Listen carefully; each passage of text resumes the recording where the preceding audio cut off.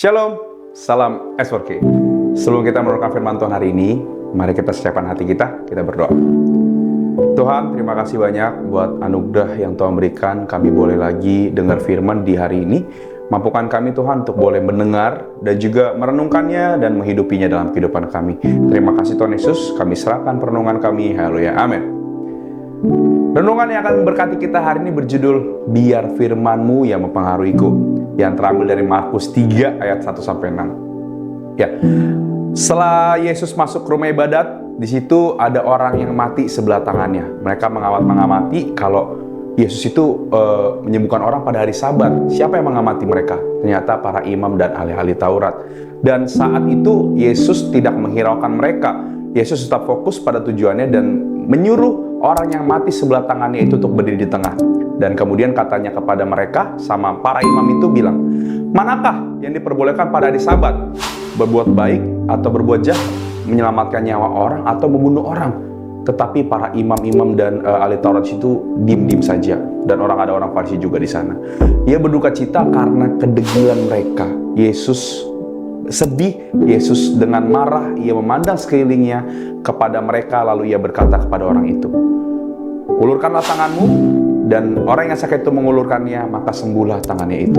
Lalu keluarlah orang-orang Farisi dan segera bersekongkol dengan orang-orang Herodian untuk membunuh Yesus. Bapak Ibu Jemaat, pada Nats hari ini berbicara tentang Yesus menyembuhkan orang pada hari Sabat. Dan yang sakit lumpuh adalah orang yang tadi tangan sebelahnya itu mati.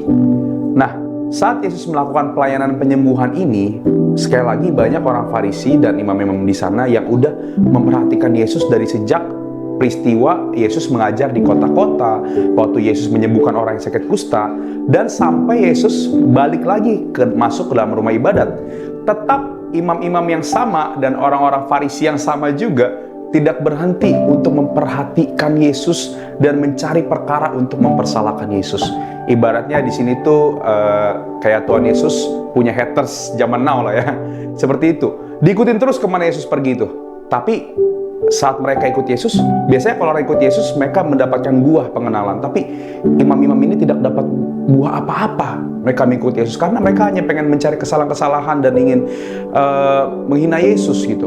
Nah, sekarang kasusnya di sini adalah Yesus menyembuhkan orang yang mati tangannya itu pada hari Sabat dan membuat para imam itu makin panas, makin mantaplah mereka untuk salah-salahin Yesus.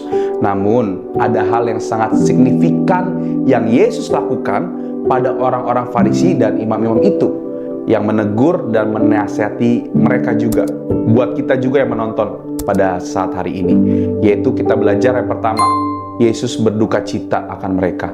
Yesus di sini berduka cita karena dosa mereka.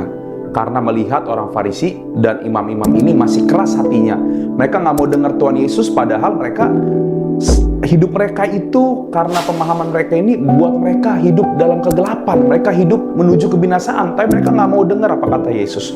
Yesus berduka cita, namun Yesus marah juga teman-teman. Namun Yesus dapat mengontrol semua emosi yang ia rasakan dan menjawab para orang-orang Farisi itu dengan tegas tapi lemah lembut.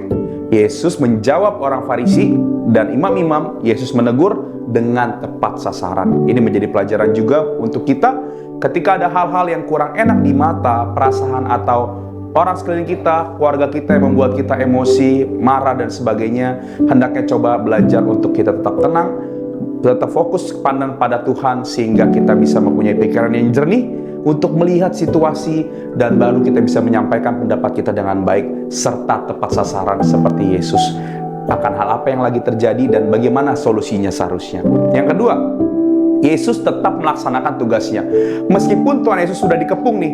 Jadi waktu di ibadah banyak orang Farisi dan imam-imam itu mengepung Yesus. Yesus tapi tidak berhenti melayani orang yang lumpuh tangan sebelahnya itu, Bapak Ibu.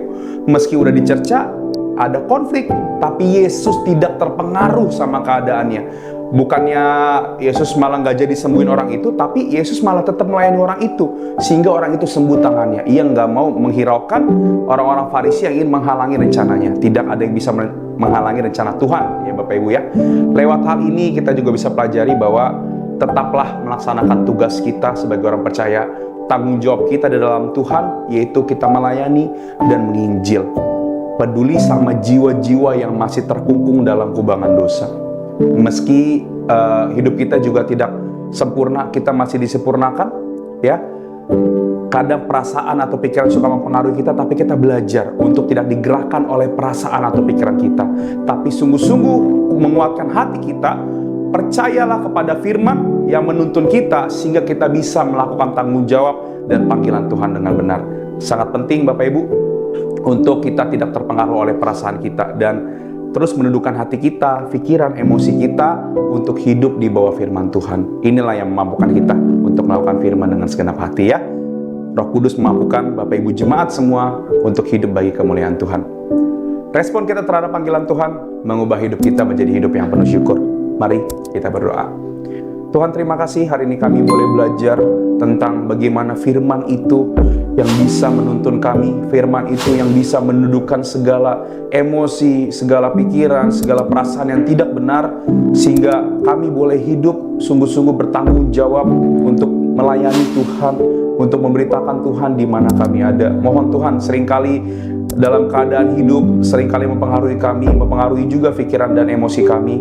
Maka dari itu kami mohon Roh Kudus supaya kami ditundukkan oleh firman, sehingga kami bergerak, berelasi dengan Tuhan, berelasi dengan sesama umat manusia, khususnya umat Tuhan, nggak menggunakan perasaan kami, tapi menggunakan cara pandang Tuhan.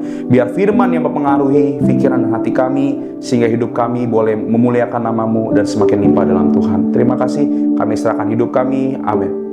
Tuhan Yesus memberkati kita semua. As for He, yes.